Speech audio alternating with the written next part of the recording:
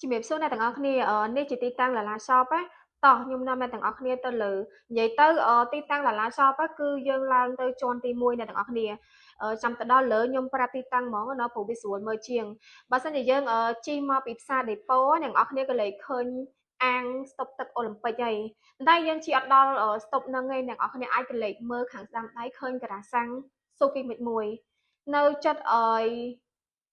បារមន់ចាយចាស់អ្នកទាំងអស់គ្នាអញ្ចឹងអ្នកទាំងអស់គ្នាជិះចូលតាមការ៉ាសាំងហ្នឹងមកអ្នកទាំងអស់គ្នាឃើញហាងឡាឡា shop នៅក្នុងហ្នឹងឯងបងប្អូនទាំងអស់គ្នាពេលខ្លះស្បែកមុខយើងមើលនឹងផ្ទៃទទេគឺយើងអត់ដឹងទេនៅខាងឡាឡា shop នេះគឺមានម៉ាស៊ីនពិនិត្យស្បែកមុខទៀតអ្នកទាំងអស់គ្នាពេលខ្លះយើង make up យើងមើលនឹងផ្ទាល់អត់ដឹងថាមុខយើងមានបញ្ហាអីទេប៉ុន្តែ